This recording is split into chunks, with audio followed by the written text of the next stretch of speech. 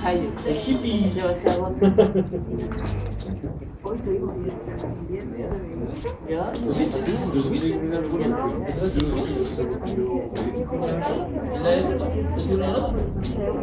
Hoy día vamos a hacer una clase de cuentos y la vamos a filmar y vamos a ver si la bajamos la clase a YouTube. ¿Por qué es una clase de encuentro? Porque es una clase con nuevas metodologías. Después entregaré los exámenes. Ahora vamos a desarrollar un esquema muy pedagógico y magistral. Explico. Voy a dar los elementos fundamentales de la lógica y la argumentación. Ustedes podrán evaluar si hicieron lo que tenía que hacerse o no. Van a recibir sus calificaciones y después en la próxima clase dialogaremos con cada uno sobre su calificación. ¿Ya? Pero primero vamos a tener los elementos. Por tanto, la segunda solemne seguramente tendrá como calificación mínima, creo yo, 6.5, porque ya tendrán todo para hacer. O sea, allí no habrá ninguna, ¿no es cierto? Les comento algo. Esta es una cátedra no solo de presente, es una cátedra de futuro. ¿Por qué razón? Ustedes vieron las informaciones ayer en la televisión, ¿no es cierto? ¿Sobre qué estaba hablando el ministro de Desarrollo Social? Está hablando justo sobre lo que nosotros estamos trabajando. Y plantearon que se va a ver la encuesta CASE de otra manera y para el año 2013 nosotros ya estamos adelantados en el tema. Y ustedes han dado elementos de lógica y elementos de información para que se rían un poco. En todos los exámenes dicen y la lógica es y no dan los elementos lógicos, pero no importa. Y en otros dicen y los argumentos son y no dan los argumentos y de repente meten elementos de lógica. Entonces lo que vamos a hacer aquí es tratar de organizar. Y de repente en la lógica meten análisis de ustedes y termina un jugo de varias frutas, ¿ya? Y entonces uno no sabe el sabor. Entonces, la primera parte es explicar cómo se desarrolla la lógica y la argumentación. Luego ustedes van a intervenir sobre los elementos de la lógica, que ustedes tienen mucha información, y sobre los elementos de la argumentación. Y posteriormente finalizaremos en una conclusión con 3 preguntas fundamentales. ¿Les parece? Entonces, comenzamos. El tema es la canasta familiar. Para analizar el tema llamado canasta familiar, ¿qué necesitamos? 3 elementos. Primero, el paradigma en que se van a sustentar para hacer el análisis de la canasta familiar. Les pregunto a ustedes, ¿ustedes creen que el paradigma es funcional o transformador? ¿Qué se le ocurre a ustedes? ¿Qué piensan ustedes? Como ya en estos momentos sería funcional. Funcional. El paradigma desde el cual se piensa la canasta familiar es funcional. Y yo les voy a dar un secreto. El secreto es que en lo funcional todo se mueve y nada cambia realmente. ¿Me entiendes? O sea, parece que todo estuviera en dinámica, pero al final la dinámica es que no hay dinámica. Segundo, hay que determinar el actor. ¿Cuál es el actor aquí? El actor no es sobre el que se aplica. El actor es el que lo hace. Entonces, fuerte. ¿Quién sería entonces? El Estado. Más que el Estado es el gobierno. Porque el gobierno cambia. El manejo del Estado puede cambiar también. Pero hoy día el gobierno es el actor principal, que va a hacer el análisis sobre la canasta familiar. ¿Y cuál es su propósito? Cuando uno tiene claro paradigma funcional, actor gobierno, propósito evidenciar la pobreza, ya tenemos más o menos la idea. Aquí en el propósito sí uno tiene que preguntarse si el propósito es supuesto o es verdadero. ¿Ya? ¿Será que lo que nos dicen que su propósito es el propósito? ¿Ya? ¿O realmente nos están, como se dice en términos colombianos, encarretando? O sea, nos están haciendo un bluff, ¿ya? Por eso es que cuando uno tiene claro esto, ya empieza a comprender la lógica y la argumentación. Y van a ser coherentes. Algunas veces ustedes se plantean, en educación lo que hay que hacer es cambiar el ministro. Si la lógica de la educación y la argumentación es coherente, si cambiamos el ministro, no estamos cambiando el actor, ni el paradigma, ni el propósito. Estamos cambiando alguno de los elementos de lo funcional. Entonces se aplica, todo se mueve, pero nada cambia realmente. Entonces siempre caemos en la trampa. Personas que eliminamos como si fuera a cambiar el sistema. Cambió Lavín y Lavín es una persona que sabe de educación, indiscutiblemente. Y viene otro ministro y dicen, es que este otro sí sabe de educación. No, cuando yo conozco paradigma, actor y propósito, ya sé que cada persona va a determinar, ¿no es cierto?, su actuación de acuerdo a estos tres elementos. Entonces uno dice, ahora ya empiezo a entender, ¿me entienden?, lo que va a ocurrir. Pues bien, la lógica de la canasta familiar tiene mínimo 5 pasos. ¿Cómo comienza esa lógica? Comienza primero con una necesidad o una idea. ¿Ya? Alguien dice, mira, parece que el problema de la pobreza, por tanto hay que, la idea. O alguien dice, mira, hoy día la pobreza se está haciendo muy fuerte. Está la necesidad. Entonces, la lógica comienza a partir de una realidad que es una idea o una necesidad. Y luego de hacer esa reflexión, ¿qué decimos? Entonces vamos a unir un grupo de expertos para que empiecen a ver cómo resuelven esa idea. ¿Ya? Fíjense, el segundo paso es, entonces, uno a todos los expertos para que resuelvan el problema. Y después de eso, ¿qué hago?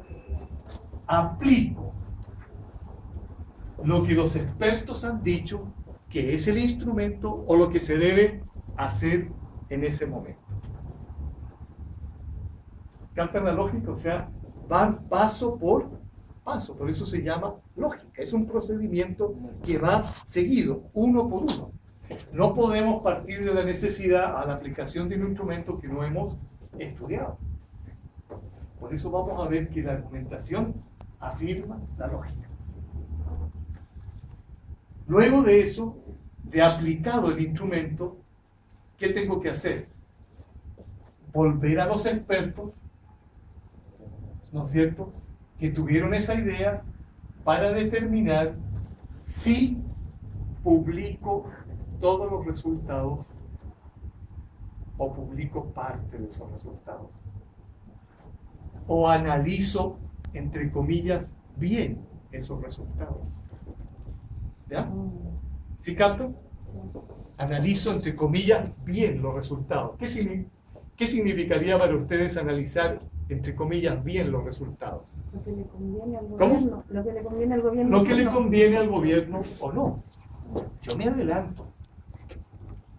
Ustedes tienen altísima capacidad para emitir preguntas o intervenciones extraordinarias.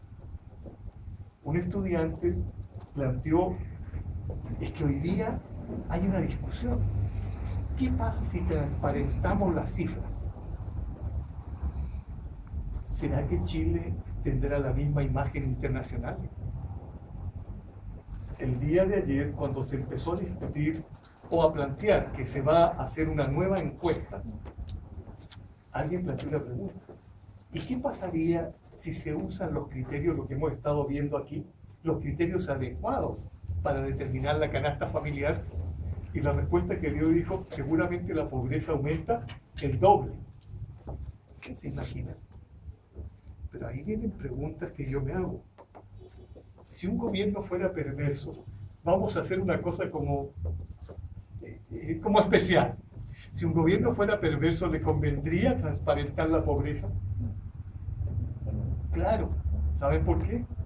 Porque si llega a salir, le deja el problema al otro. Y ese sí es un problema grave. Supongamos que este gobierno saliera. ¿Qué le deja al grupo? Porque el 2013 saldrían los datos. Le deja una pobreza, por decir algo, del 25% con criterios que impiden que nuevamente se puedan manipular las cifras. Le tocaría 4 años para tratar, o sea, el único problema del próximo gobierno sería tratar de resolver el problema que quedó. Pero el gobierno que se va dice, yo no lo dejé. Eso estaba, lo que pasa es que no se había dicho la verdad. Mire que en este campo del análisis puede haber perversidades y perversidades, pero también gente que está pensando cómo hacer las cosas. Quinto punto, retroalimentación. O sea, nosotros vemos en esta lógica que los resultados determinan lo que se va a hacer. ¿Ya? Esa es la lógica de un proceso como este, de la canasta familiar. Preguntémonos entonces, ¿y qué argumentación vamos a dar? La argumentación tiene en este caso 5 puntos, que muchas veces se reproducen de manera análoga en otros campos. ¿Ya? De manera análoga. ¿Sí? Profesor, yo tenía una duda también en el proceso, en el momento del trabajo, porque establecía la lógica y entendía que la argumentación era parte de la explicación de la lógica. O sea, argumentaba en cada uno de los puntos, entre comillas, y hacía todo el proceso completo. No lo hice en forma separada. O sea, asumí que estaba todo incluido dentro de la... Resulta que cuando usted establece una lógica, ahí hay muchos puntos que analizar que quiero que los veamos ahora, porque ustedes tienen ideas. Por ejemplo, ¿cómo se entiende la necesidad? ¿Cómo vemos la necesidad? ¿Cómo vemos la experticia, los expertos? ¿Van los expertos a la realidad o no? Tercero, ¿cómo lo aplican? Con encuestadores. Cada uno de estos nos permite preguntas. Y ahora viene la argumentación y son otras preguntas. Primera argumentación. ¿Qué dice el actor? El actor dice, nosotros como realidad tenemos un sector social desfavorecido. Entonces, acá planteamos la pobreza y aquí planteamos el argumento. Existe un sector social, en este caso en Chile, que está muy desfavorecido y nosotros tenemos que apoyarlo. Ese es el sector. Entonces el gobierno dice, en su segundo paso, si existe esta realidad, ¿qué tenemos que hacer?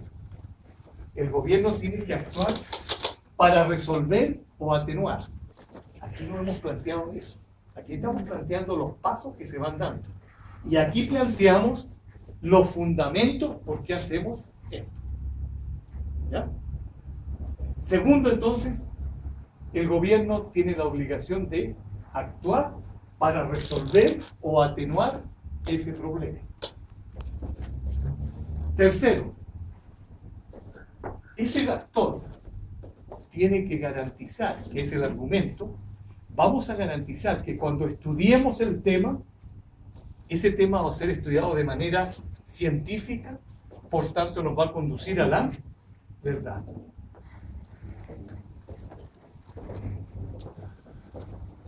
Yo les comentaba que en las elecciones de Venezuela, ¿recuerdan? Cuando se filmaban los candidatos, si queríamos ver lo grande, lo filmábamos de abajo hacia arriba. Y si queríamos ver lo pequeño, lo filmábamos de arriba hacia abajo. Es el mismo candidato en el mismo lugar. Lo que ocurre es que yo puedo ser científico y decir la verdad, y esa verdad puede ser una parte de la verdad y no toda. ¿Captan la idea? Uno puede decir parte de la verdad y es científico. Por eso los argumentos también tienen sus propias preguntas. Es cierto que la canasta familiar, así como se ha medido, da esos resultados, es cierto. ¿Me entienden? Es cierto. Lo que pasa es que yo lo medí de acuerdo a esos criterios para que me diera eso. Entonces, las matemáticas realmente reveladas, que es lo que yo quiero hacer con ustedes, quiero revelarles las matemáticas de otra manera. Si yo tomo una fórmula y aplico esa fórmula, y la fórmula la he aplicado bien, la respuesta es exacta. ¿Qué discusión hay con la fórmula? Ninguna. La pregunta es, ¿por qué hice esa fórmula y no otra? Ah, cambia. ¿Me entienden? Entonces las matemáticas empiezan a revelarse como ese programa del mago enmascarado, que empieza a revelar los secretos de las matemáticas, en este caso, ¿no es cierto? Igual que él revela los secretos de la magia. Las matemáticas no son tan difíciles de revelarlas cuando uno le da un componente social. Lo que pasa es que siempre nos las han enseñado por fuera de lo social y se empiezan a convertir en instrumentos de análisis. Cuarto argumento: la respuesta que se va a dar va a ser eficaz. O sea, nosotros hicimos esta argumentación para argumentar finalmente que nosotros vamos a dar como actor una respuesta eficaz. Ese es nuestro argumento. Por eso hemos hecho todo esto. Si no, no hubiéramos seguido todo ese proceso lógico. ¿Ya? O sea que le garantizamos a la gente que cuando sepamos los datos vamos a dar una respuesta que logre resolverlo. Puede ser con subsidios, con lo que ustedes deseen, pero se supone que vamos a resolverlo. Y finalmente, el último argumento, que es el argumento político, el compromiso está allí. Que es como cuando se hacen los discursos, ¿cierto? Y finalmente terminan, y aquí, para ustedes, estoy yo. ¿Sí o no? Así terminan los discursos, y gracias a mí lograrán ustedes eso. O sea, es el compromiso. Que sea real o no, no sabemos. Por eso digo, cada una de estas lógicas y argumentaciones hay que irlas, ¿me entiende?, analizando adentro. Eso fue lo que hicieron ustedes muchas veces. Lo que pasa es que no lo organizaron así, sino que combinaron el actor con una lógica, con un argumento, y el análisis antes del argumento y el argumento después de la lógica. Entonces quedó, ¿me entiende?, el jugo muy mezclado. Entonces cuando uno lo pone organizado, dice, ah, claro. Cuando uno llega hasta acá, dice, mira, hay una coherencia total. No estamos diciendo que sea correcto o incorrecto. Estamos diciendo que es coherente. Si alguien quiere, para poner algo delicadísimo, pero pongámoslo así tan claro, si alguien intenta eliminarlo a ustedes, ¿qué hará? Hará todo un proceso lógico y tendrá toda una argumentación, y eso desembocará en que le pega un disparo a usted y lo mata. ¿Es incorrecto? Claro, pero la lógica y la argumentación son coherentes. Si alguien quiere eliminarlo a usted, y usted vive en Santiago, no se va a ir a La Serena a buscarlo. ¿Sí o no? Eso es ilógico y no es un argumento. Entonces, que sea coherente no significa que sea válido o legítimo, sino que significa que se dio de esa manera. ¿Ya? ¿Y qué hemos hecho nosotros? Hemos tratado de utilizar un método, el método dialéctico humano que hemos ido dando para develar lo que existe y revelar, que son dos cosas diferentes, ¿cierto? Develar significa mostrarlo y revelarlo significa entregarlo a la gente. Con ese método uno empieza a comprender toda la realidad. Mi último artículo se llama, creo que ya le había comentado, Nobel de la Paz, demasiado burdo. Burdo significa grotesco. ¿Cómo le van a dar el Nobel de la Paz a la Unión Europea? Si todos los días uno ve lo que está pasando en Grecia, Portugal, etc. Y la Unión Europea está de acuerdo con el Fondo Monetario en que para resolver el problema hay que bajarle los salarios a la gente. Y uno dice, ¿pero me entiende? Pero eso responde a una lógica y a una argumentación. La argumentación que ellos dan es que en la medida en que se le paga al Fondo Monetario, entonces se acaba el problema. ¿Pero quiénes tienen que pagar? ¿Los banqueros? No, los ciudadanos. Islandia fue el primer país que comenzó con esta crisis, en 2008. ¿Y sabe qué dijeron ellos? ¿Qué vamos a hacer? Vamos a hacer más gasto social, ¿ya? Invertir más en la gente, mejorar los ingresos y además vamos a pagar la deuda del Fondo Monetario Internacional. Y ahora en 2012 se han reducido todas estas cifras negativas y Islandia salió de la crisis. O sea que hay otras alternativas, la de siempre, la que argumenta que nosotros si recibimos más dinero gastamos más, por lo tanto hay más producción. Y la receta del fondo es gaste menos para que haya más producción. ¿Cómo produzco más si la gente no compra? Por eso está todo el sistema, que es un adyacente, del crédito. Porque con el crédito usted compra y se endeuda de aquí a 20 años. Por eso yo escribí un artículo solamente para complementar, que se llama Clientes hasta en el más allá. Por si acaso. Es decir, se muere uno y sigue endeudado, o por lo menos los que le siguen a uno. ¿Ya? Clientes hasta en el más allá. Imagínense la perversidad. Aquí está el esquema. ¿Ya? Así se podía haber hecho el desarrollo. Obviamente les voy a entregar los trabajos y ustedes los van a analizar con base en este esquema. Y obviamente va a haber y lo digo públicamente, también un reconocimiento a la participación de ustedes. Porque todo lo que haga un ser humano es válido y valioso. Y ese tendría que ser un principio pedagógico. Entonces ahora son ustedes los actores. ¿Les parece? Entonces quiero saber quiénes quieren intervenir sobre la lógica. ¿Quiénes de ustedes quieren intervenir sobre la lógica que hicieron en su trabajo? ¿Qué dicen ustedes? ¿Quién quiere intervenir? Yo, profesor. La compañera, por favor.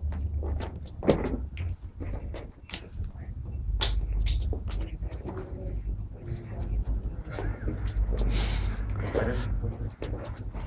A ver, viendo el esquema propiamente tal, el tema de la necesidad, obviamente, y especialmente en los países de Sudamérica, el tema de la pobreza es un tema que es llamado por todos y los gobiernos realmente su preocupación y su enfoque a raíz de los periodos dictatoriales, entre comillas, se ha enfocado muchísimo más. Entonces, a la larga, el tema de la necesidad de cómo salir de los niveles de pobreza es un tema que ha sido en la región un tema prioritario. En relación a la experiencia, el gobierno ha analizado dos temas de cómo evaluar y cómo buscar el tema de la canasta familiar propiamente tal y las necesidades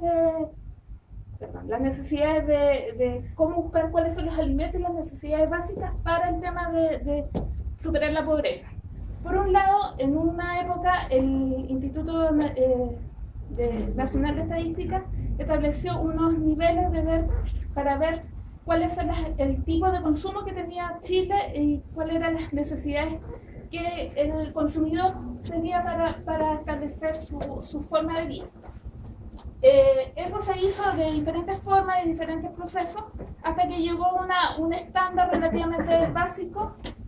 Y en ese momento, en 1987, se unió a los criterios de las necesidades del tema de planificación en Chile para ver la necesidad de cómo salir de la pobreza. O sea, dos cabezas de estudio propiamente tal. Uno, que era el Instituto Nacional de Estadística, que era el gobierno específicamente, analizó el proceso de cómo ver cuáles son las costumbres de consumo en los chilenos y por otro lado, ver cuáles eran las necesidades que lo vio en ese momento ODEPLAN, que era la Oficina de Planificación Nacional, posteriormente pasó a ser el Ministerio de Planificación Nacional. Y vieron cuáles eran las necesidades. Y eso a raíz el tema de ODEPLAN lo vio a raíz de los estándares internacionales de la Organización Mundial de la Salud, cuáles eran las necesidades, entre comillas, de cuántas eran las calorías o los nutrientes que necesitaba el cuerpo humano para sobrevivir.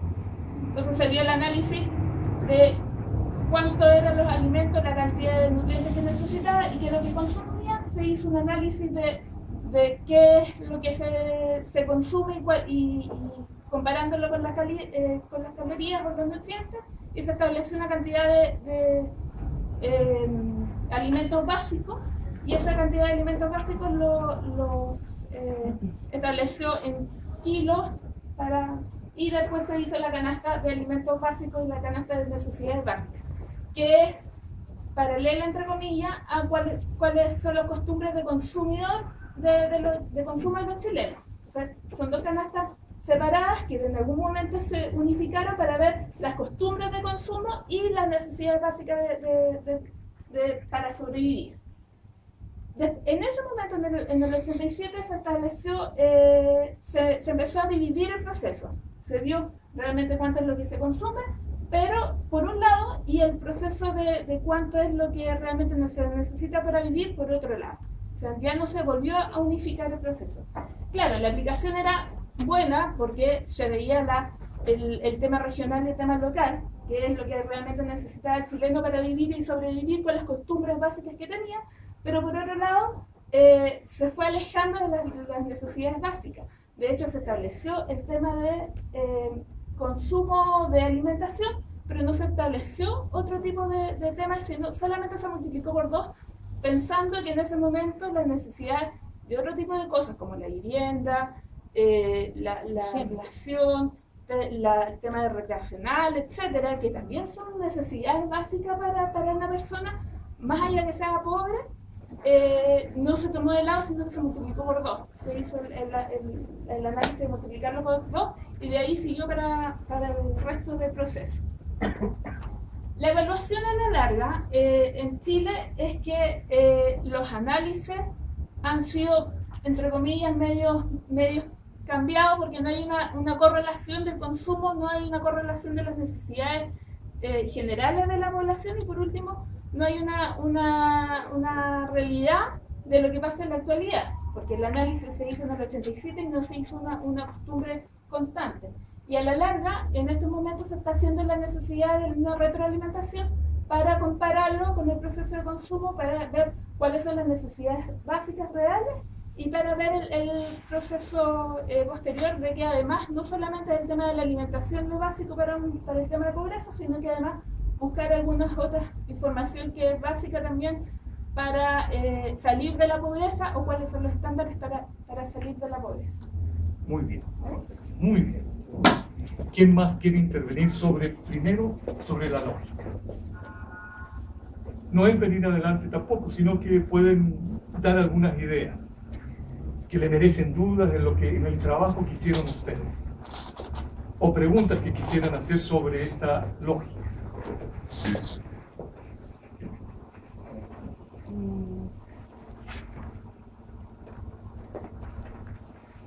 Pasemos a la argumentación. Ustedes trabajaron muy bien, ¿cierto? Respecto a la argumentación, ¿qué quisieran decir? ¿Cuál fue su análisis? ¿Qué propuestas tuvieron? ¿Qué propuestas hicieron en su trabajo?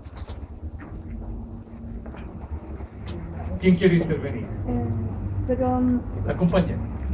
En cuanto a la argumentación, yo siento que el tema de la pobreza, todos los gobiernos de turno utilizan ese tema primero para hacer campaña. Y de esa manera, en la parte de cómo actuar, los gobiernos, en el caso de Bachelet, dio bono por todo, bono por hijo, bono porque cumplieron edad de las bodas de oro, no me acuerdo qué era eso. En el gobierno actual también, y lo utilizan solamente para bajar los niveles de pobreza. Que de esa manera ellos piensan que el problema lo soluciona. Cuando dice que si se aplica una forma científica, realmente la forma científica la aplican en función al mismo gobierno, o sea, en cómo bajan los niveles de pobreza en el momento que van a ser medidos, versus su nivel de popularidad, entre comillas. Pero la respuesta, si es eficaz o no es eficaz, queda muy demostrado que no es así, porque las personas no tienen solo la necesidad de alimento, es un tema global y todos llegamos al mismo consenso de que no solo de alimento vive el hombre, sino que necesita muchas otras cosas. Entonces el compromiso que se debería hacer es obviamente cambiar el método de medición de la pobreza, y debería incluir todas las otras cosas que en estos momentos no están incluidas, como por ejemplo el dividendo, el arriendo, que no lo consideran un gasto, sino una inversión, que todos sabemos que obviamente es un gasto para la familia, es un costo. La salud, la educación, la diversión, que tampoco lo consideran una necesidad, la tecnología. Ahora mismo el tema que no sé si alguien tiene eso de cochino, que los van a eliminar, pero el sistema está dado para que la gente gaste, porque ahora salieron todos los televisores LED y si alguien no tiene cable, no lo puede ver. No sé si estás obligado a tener cable. Entonces el mismo sistema te obliga a gastar y esas cosas no se incluyen en las necesidades de la gente. O sea, más que nada eso. Bueno, nosotros hicimos un estudio, hicimos un cuadro comparativo de, bueno, la canasta básica familiar, el costo por persona es de 38.000 pesos aproximado, obviamente no va a alcanzar, y nosotros hicimos un versus de cuánto era lo que realmente necesitaba una persona, una familia de 4 integrantes, y necesitaba alrededor de entre 400 y 500.000 pesos, aplicando todas las necesidades que nosotros consideramos básicas, y eso que era súper básica. O sea, se suponía que era educación y salud gratis, porque obviamente con ese sueldo no le alcanza para otro tipo de cosas. Incluimos el transporte, no sé, cosas básicas como las colaciones para el colegio de los hijos, o los materiales, esas cosas no están incluidas. Entonces debería hacer, el compromiso debería incluir todo. O sea, para que una persona, más que medir el nivel de pobreza, medir el nivel de satisfacción de las personas, más que nada. Compañero, quería intervenir. Sí, yo hice un análisis con respecto a la lógica si bien la selección de los elementos de la canasta familiar, entendiendo quién era el actor. El actor lo definí como el gobierno, al ver la necesidad que ellos necesitaban medir los niveles de pobreza, los niveles de crecimiento del país u otros temas relacionados para poder llevar el gobierno, o sea, el país en realidad a sus habitantes. Cuando me fijé en el tema de la canasta familiar, vi que había una metodología, había una necesidad de cómo tener esa información, cómo obtenerla y cómo trabajar como gobierno. Se seleccionó a una entidad o un organismo que es el INE, para que pudiese diseñar cómo hacer estas mediciones. Lo aplican mediante unos métodos y fórmulas y dan una evaluación y resultados. Ahora, claramente la canasta familiar y los resultados que arroja esto va a un indicador. El indicador es el IPC. Este IPC está vinculado casi directamente con lo que es la UEF. Actualmente lo que yo hice en el análisis es un análisis que es algo perverso dentro del sistema, por decirlo de alguna manera. Anteriormente, cuando se creó la UEF iba enfocada a ver la realidad o el costo de las cosas, principalmente por lo que eran los bienes raíces o las casas. Posteriormente, en estos años, me he dado cuenta, trabajo en un área de abastecimiento y esa unidad financiera la han utilizado para diferentes tipos de productos.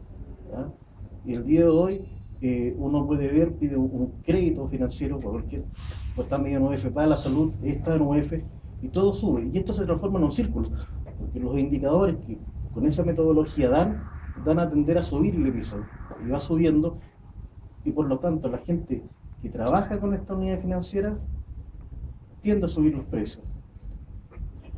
Entiendo que más allá del actor como gobierno, hay unos intereses desde el punto de vista económico como están revisando el tema. Si veo acá en las ponderaciones que están en la canasta familiar, veo casi un 30% tiene que ver con salud, transporte y otros combustibles. Los combustibles el día de hoy, ¿quién son la gente que maneja los combustibles? ¿Quién ve el agua? Son empresas privadas principalmente. Ellos manejan los precios. Aunque uno quiera, el mercado se regula, el mercado no se regula solo, tiene que haber alguna intervención. Pero ellos manejan los precios. Suben los precios, modifican el valor del IPC, y sube el UEF y esta gente empieza a generar mayor rentabilidad en sus negocios. Hay algo muy vinculado ahí. El método en este momento científico es verdadero, como decía, da un resultado real, real. Pero es parte de la verdad porque veo que existen otros fines, otros propósitos.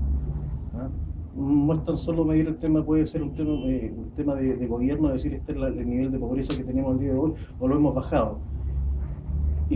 Escondido, oculto, entiendo que hay otros intereses desde el punto de vista económico en esta lógica. ¿Alguien más quisiera intervenir? Porque ¿sí? Solo un detalle. El proceso de la canasta familiar, de la canasta de necesidades básicas, que está enfocado al tema de pobreza propiamente tal, está enfocado a la persona pueda subsistir, que no se muera, entre comillas, en el proceso. Claro, es eso específicamente.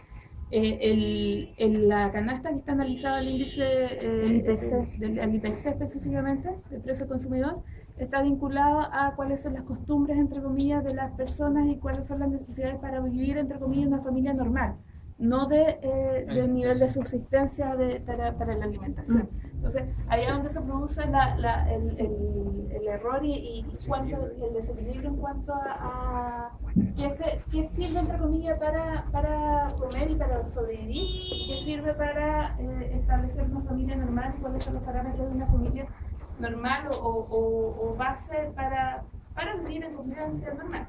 O sea, suena como lo mismo, pero son cosas distintas. La canasta básica familiar sirve para medir solamente los niveles de pobreza y se mide a través del consumo de calorías básicas que necesita una persona para que no se muera.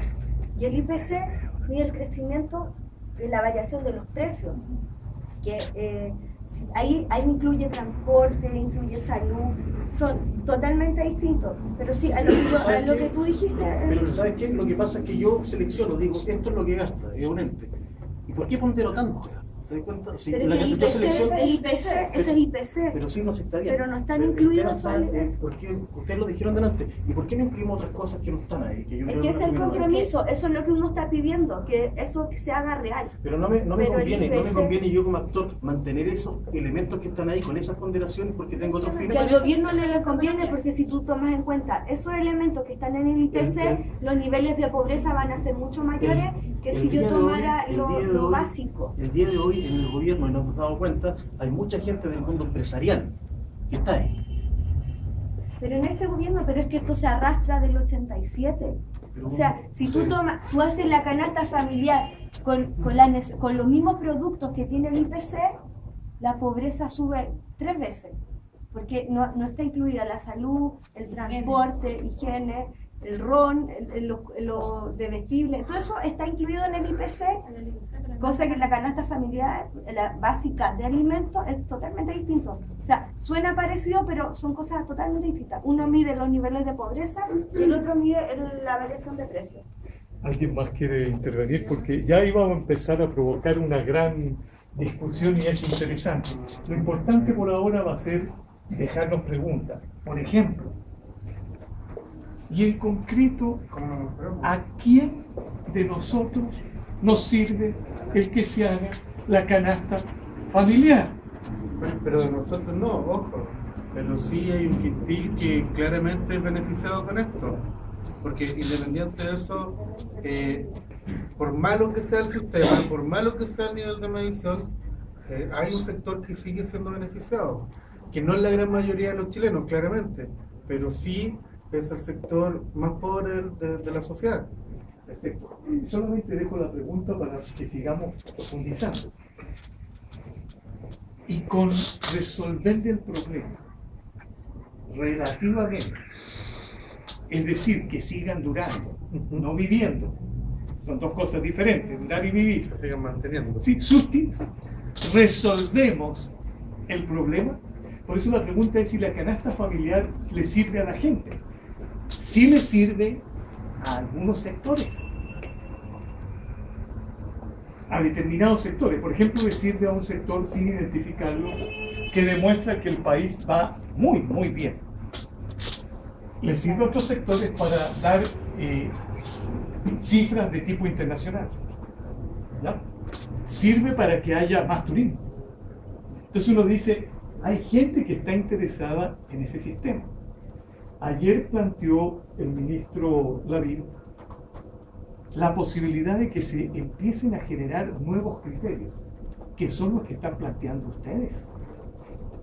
Las matemáticas por fin, ¿no es cierto?, descubiertas. Miren, canasta básica. Pongámosle 76 estaba, 76 ¿no? ¿Cierto? Que mediría la línea de la pobreza. O sea, los que tienen como persona individual 76 están bajo la línea de pobreza. El que tenga 76.500 está por él, sí. Pero esta canasta básica también tiene una línea de pobreza que se transforma en línea de indigencia, que entonces son 30 y 38. Listo. Pero esto tenemos que empezar a multiplicarlo. O sea, me dicen que con eso yo por lo menos podré respirar al otro día, ¿cierto? Pero somos 5 los que tenemos que respirar. Entonces 5 por 6, si una familia de 5, 5 por 6, 30, 5 por 7, 35, son 380.000 pesos. O sea, los que están en 380.000 pesos, según esta canasta familiar, sí. ¿No ves? Porque aquí tenemos seres humanos que no se mueven. No, es que tampoco puede ejercer la acción de masticar. Porque para eso necesita pasta de dientes. ¿Me entiendes? Necesita agua. Entonces no se puede mover ni nada, y eso nos está dando 380. Y uno dice, y entonces el costo de vida está en un 3.5%, pero para ser buenos, le vamos a dar a la gente un 4.5%. O sea, 12, 14 o 16 lucas mensuales. Que si la agregamos aquí está bien, ya nos permite respirar un poco más, pero sin moverse, sin bañarse, sin mirar, sin tener un televisor. Porque quiero decirles con absoluta certeza que no es cierto y es intencionado plantear que la gente vive muy mal porque compra televisores. Yo no conozco ninguna familia que compre televisores mensualmente, por lo menos de las nuestras. Ni siquiera las otras. Las otras se compran uno grande de 20 millones de pesos y no lo van a estar cambiando. Puede que lo cambie a los 6 meses, pero no hay nadie que esté comprando. Entonces, no es cierto que por comprar artículos que se llaman suntuarios, ¿y cómo se informa la gente hoy día? Entonces, tampoco tienen derecho a informarse, tampoco tienen derecho a recrearse. Entonces, ¿cómo quieren que viva este tipo de ser humano? Por eso es perverso el concepto que está detrás de esta lógica, ¿no es cierto? Tal vez no detrás de la argumentación, pero sí detrás del paradigma. El paradigma esconde un concepto de ser humano totalmente devaluado. Según ese concepto, entonces las mujeres, y voy a tocar el caso de los hombres, las mujeres no pueden tener una crema para las manos, si las tienen, ¿no es cierto?, de repente con problemas. Tampoco pueden pintarse, tampoco pueden pintarse el cabello. O sea, no pueden arreglarse. Ese es el concepto de ser humano. Y en el caso de los hombres no pueden, si no practican deporte, y ustedes que son trabajadores, la mayoría, no pueden practicar deporte porque no les queda tiempo. Tampoco pueden ir al gimnasio, porque el gimnasio no está contemplado. Eso sería un gasto suntuario. Y no decimos que el problema de la obesidad, ese sí no es un problema suntuario. Pero les pregunto a ustedes, mamás y papás, no sé si alguno de ustedes tuvo un hijo prematuro. Ese derecho no existe, porque un hijo prematuro significa la compra de un tarro de leche clean que vale 12.200 pesos y son 4 tarros al mes, son 50.000 pesos más. Con 50 ya no le alcanza. Un hijo prematuro implica que usted no puede comer, según estos datos. Entonces uno empieza a decir, entonces los niños no usan pañal. No, igual lo dije. Por eso, para que ustedes se rían, yo les insisto siempre en que las posaderas nuestras, estoy pensando en escribir un artículo también sobre eso, porque las posaderas nuestras son iguales y diferentes, que ilógico y lógico, que argumentado y desargumentado. Es decir, que cuando usted se sienta, no se sienta igual que alguien que se sienta en otro lado. Eso es lógico, claro, porque es el suyo, no es el de otro, ¿cierto? Sus posaderas son suyas. Pero lo que estamos diciendo es que sus posaderas valen menos. Por eso el papel higiénico suyo puede ser de 300 pesos y no de 3.000. Es decir, las posaderas son iguales pero diferentes. No están contempladas en la canasta familiar. En la canasta familiar nos pusieron posaderas de última generación, pero mal limpiadas o con limpieza mínima. ¿Me entienden? Son posaderas diferentes. Y esto que de repente nos puede dar como risa es cierto. Hay gente que tiene que comprar papel higiénico de 300 pesos. Ese seguramente es el que debe estar contemplado en la canasta de satisfacción, ¿no es cierto?, de bienes o necesidades básicas. Por eso que la pregunta es, ¿no será necesario hoy día establecer una canasta básica real? Una canasta básica real, una canasta de satisfacción de necesidades básicas real, un salario mínimo real, ahí entramos en otro conflicto, donde obtenemos los recursos. Muchos pueden decir, efectivamente, cobre. Pero si vamos a buscar básicamente aumentar el tema de los salarios mínimos, también hay muchos pymes, microempresarios, que se van a ver en la obligación, en la necesidad de cerrar su empresa y dejar gente sin trabajo. Ahí entramos en una disyuntiva, en un conflicto interno como sociedad, porque tenemos que considerar que en esta sociedad tampoco, para las empresas pequeñas tampoco es muy fácil abrir o que te dejen trabajar desde un principio. O sea, uno no puede abrir una cuenta corriente. Y si te pagan con un cheque cruzado nominativo, entonces con nominativo. Entonces uno tampoco lo puede cambiar si es que tiene otro nombre la razón social. Lo que dice el compañero es cierto. Es cierto. Eso nos desvía a otro tema que lo dejaremos pendiente para trabajar su lógica y su argumentación, que es el modelo económico. El dólar baja. Yo llegué hace 3 años atrás, el dólar creo que hubo un momento que estaba a 450 y tantos. ¿Y por qué no pagaron la deuda externa? ¿Por qué no dedicamos una parte grande a irnos quitando esa deuda? Ustedes saben que ¿quién tiene una deuda?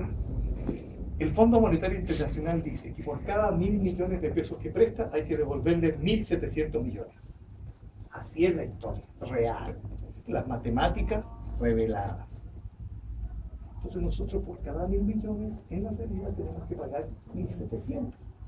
¿Qué hizo Islandia? En crisis empezó a pagar su deuda. Porque ustedes saben que hoy día ustedes que les prestan 400.000 pesos a 12 meses, y a 12 meses son casi el 50% en menos de un año. Y uno dice, no, sale facilito, pero cuando empieza a pagarlo, más la otra deuda que tiene, no hay canasta familiar que resista. Entonces, el tema de las pymes es un argumento. Lo que ocurre es que hay que verlo en torno al modelo económico que estamos siguiendo. Las responsabilidades se verán, ¿no es cierto?, en su debido momento. Ahora tratemos de finalizar, ¿les parece? Entonces, ya tenemos más o menos claro que la canasta familiar permite comprender de aquí, pero sabiendo esto otro, permite comprender cosas. ¿Cuántos somos los pobres? ¿Y cuántos son los no pobres que todavía no sabemos qué son? O sea, si usted no es pobre, no se sabe qué es todavía. A no ser que a usted lo ubiquen entonces en el abecedín. El ABC1, el C3, C4, que al final uno nunca sabe si uno es C, D, E o nada, o algo. Lo único que usted sabe es que hoy día está en un aula analizando su propia realidad, independientemente de esas categorías. Conste que eso de ponernos en C1, C2, C3 y todas esas cosas también tiene una lógica y tiene una argumentación. Porque la conclusión que uno saca es que al final ahora ya, en pleno siglo XXI, usted no sabe dónde está. Lo único que sabe es que le cuesta duro vivir, eso sí sabe, pero a qué clase ya no sabe. Entonces uno dice flexibilización del trabajo. Flexibilización del trabajo significa que usted ahora trabaja la mitad y gana la mitad. Y le pago la mitad también. Y le pago menos de la mitad. Y tiene que trabajar más horas. Entonces, lo contrato por 4, pero le pido el favor que trabaje 6. Entonces, 2 de 4 me dan 12. Las matemáticas finalmente reveladas. Conclusión, estamos pidiendo que la dignificación del trabajo, perdónenme que lo diga, y lo hago públicamente, la dignificación del trabajo también tiene lógicas y argumentaciones. Porque a uno le dicen, es que trabajo hay, claro, de muchacha de servicio. Eso hay harto trabajo. Pero eso no es que dignifique, porque es trabajar para el otro. ¿Me entiendes? Y trabajar muchas veces en condiciones duras. El nombre de la muchacha del servicio, o empleada doméstica, o asesora del hogar, como se le llama en Chile, para hacer más digno lo que no es tanto. El nombre de esa persona se convierte en un horror para esa persona. Porque cuando se la llama para que cocine, para que lave, para que se levante en la noche, O sea, no es para decirle que chévere que estés con nosotros almorzando en nuestra mesa.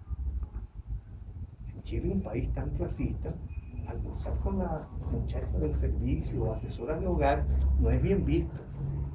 ¿Y por qué no? Además me está haciendo un favor. Entonces, hay trabajos, ¿me entiendes?, que son dignificantes y trabajos que no dignifican. Porque a alguien le preguntaban, pero es que trabajo hay mucho, ¿y por qué la gente no quiere asistir? Es que la gente tampoco quiere ser explotada. Trabajen ustedes en una casa de familia, imagínense, donde usted tiene solamente un día para salir. Si ustedes que están estudiando y trabajando no tienen tiempo y se dan cuenta lo que significa, que usted dice, pucha, por tener que vivir así, no puedo incluso recrearme. Entonces estamos hablando de la primera parte, que es el concepto de ser humano. Vamos a hablar de ser humano chiquitito o ser humano grande. No sé si les comenté que alguna vez yo dictaba muchos seminarios y nos tocó dictar un seminario a recicladores. Y nos dieron un dinero para dictárselo. Y la persona que nos lo dio nos dijo, háganlo en una escuela, de esas de secundaria o primaria, y ahí le dan un sándwich, ¿no es cierto?, de jamón con queso. Nosotros con ese dinero concertamos y le hicimos una capacitación en un hotel de 5 estrellas. Con ese mismo dinero. Porque el concepto que tenemos de ser humano. Y decían, no, pero es que esa gente después se acostumbra a vivir bien. Ojalá los recicladores dijeran, no, yo esta vida, ¿me entiende?, no es así, yo necesito vivir mejor. Y ustedes vieran los rostros de ellos cuando un mozo, un empleado de ese hotel, les servía en una bandeja a ellos. Gente que siempre había tenido que ser, ¿no es cierto?, supeditada. Entonces, es el concepto que tenemos de ser humano nosotros. Y tiene que comenzar por nosotros mismos. Yo me merezco una recreación, ¿me entiendes?, una educación, todo eso, no solo de calidad. Calidad con, y aquí viene el elemento fundamental, con calidez. Porque la calidad simple no es tanto. Si no tenemos la conjunción con el otro, no hay entonces el desarrollo pleno. Eso es lo que trabajamos en esta aula. Que nos escuchamos, nos respetamos, tenemos ideas diferentes, sin embargo, todos estamos en lo mismo. Calidad con calidez. No sé si alguien quiere intervenir para ir terminando este proceso académico de encuentro. ¿Quién quisiera intervenir sobre esto que hemos planteado?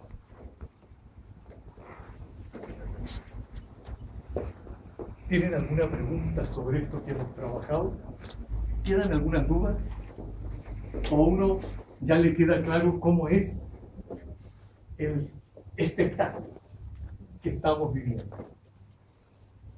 Bueno, entonces voy a terminar planteándome 2 preguntas más. Primera pregunta ya la vimos, ¿no es cierto? ¿Qué tipo de ser humano vamos a trabajar?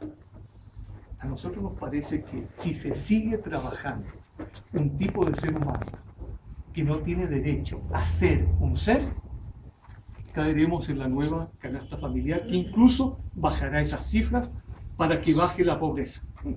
O sea, tendremos menos pobres siendo los mismos pobres, pero no siendo pobres aunque son pobres. ¿Qué les parece? Y esa es una lógica. Nosotros queremos un nuevo concepto de ser humano donde esa mujer que tiene un hijo prematuro tiene el derecho a alimentarlo bien. Porque alguien me decía, no, pero es que en los consultorios le dan leche. Claro, es posible que le den leche, pero ya no para prematuro. No es lo mismo el estómago de un prematuro que un niño prematuro. No es lo mismo un niño, ¿no es cierto?, prematuro en condiciones de frío, de hambre, que aquel que no lo tiene. Por eso están las incubadoras. Por eso están las incubadoras. Pero pasamos de la incubadora a otro lugar porque los servicios públicos que son excelentes dentro de las condiciones en que están, que dan mucho más de lo que podrían dar en otros servicios, demuestran que tenemos que invertir muchísimo más en lo público para que nuestra gente tenga el derecho. Entonces, el concepto de ser humano es que nosotros tenemos derecho a vivir bien. Que cuando uno diga, mira, tuve recreación, hice turismo, fui a viajar a otro país, diga, es que eso yo me lo merezco. No puede ser un privilegio, tiene que ser un derecho. Segunda pregunta. Todavía no hemos definido lo que es pobreza y la definición que se da es extraordinariamente vaga y contradictoria. Se dice, la pobreza corresponde a las personas que pueden costearse, ¿no es cierto?, justo la canasta familiar. Y los indigentes o extrema pobreza son los que no satisfacen sus necesidades básicas. Entonces, ¿quiere decir que los pobres satisfacen sus necesidades básicas? ¿Qué piensan ustedes? No, pues. Entonces los dos están o sea, la definición nos lanza de un lado para otro para no decirlo. No, la indigencia significa, ¿no es cierto?, gente que realmente ni siquiera está sobreviviendo, está durando en esta sociedad. Y los pobres, la pobreza también implica que uno está durando. Lo que ocurre, chicas y chicos, es que cuando a uno le hacen encuestas sobre pobreza, uno usualmente no dice que es pobre. Porque se puede saber. Si a uno le dicen de qué clase social eres, ¿eres de la clase baja? No, hermano. A ver, clase baja, bueno, por lo menos los zapatos los tengo lustrados, ¿cierto? Ando con tacos. Clase alta, tampoco. Conclusión, clase media. Si nos ponen en Chile a pensar, en Chile el 99% está en la clase media. ¿Quiénes son los pobres? No sé. Yo no paso hambre, aunque no he comido, pero no paso hambre. ¿Será que puedo negociar con mi estómago? Ojalá pudiera. Y la tercera pregunta para terminar es, ¿será que podemos trabajar, si no para lograr una canasta de satisfacción de necesidades básicas real, por lo menos aproximada a lo real? ¿Ya? Aproximada a lo real. Donde el modelo económico sufra, por decir así, por lo menos una desviación que se dirija mucho más hacia la gente que hacia la empresa bancaria. No se olviden que ni siquiera son los empresarios los industriales. Hoy día los industriales que no tienen relación con los bancos, o sea que no son bancos, están en posibilidades difíciles. Y ustedes ven muchos empresarios que han fracasado. ¿Por qué? Porque dependen del préstamo. Y los préstamos se los comen, es la palabra exacta. El problema mundial de la crisis es que todavía parece que no hay ningún bancario preso. Cuando empiecen a caer a la cárcel los bancarios, porque son los responsables de la crisis mundial, cambiarían las cosas. Pero ellos no van a la cárcel. Los que van a la cárcel son los que hacen la delincuencia común, que es una delincuencia totalmente diferente a aquellos que pueden ganar 3.000 o 4.000 millones de pesos por información privilegiada o por entregar dinero que al final es papel. Solamente doy un ejemplo que ustedes lo pueden vivir. Cuando usted hace un giro, ¿cuánto vale hacer un giro en términos reales? Hoy día en pleno siglo XXI, nada. Chac, chac, chac, chac, y el giro está allá. Y a uno le cobran 2.000 o 3.000 pesos por chac, chac. Hoy día, chac, chac, chac, es un negocio también. Entonces, la conclusión final es que de este trabajo podemos decir nosotros que ojalá, dialogando, ¿ya?, hablando con otras personas, insistamos que si va a haber una canasta familiar y el tema se pone sobre la mesa, nosotros podamos decir primero que lo conocemos en su lógica y su argumentación, que conocemos sus contradicciones y los riesgos que conlleva, y por último, que lo que hay que hacer es una política de transparencia y una política de soberanía. Y esa política es la única que nos puede llevar a construir el Chile que realmente desea la mayoría, no todos, la mayoría. quedamos aquí en la clase.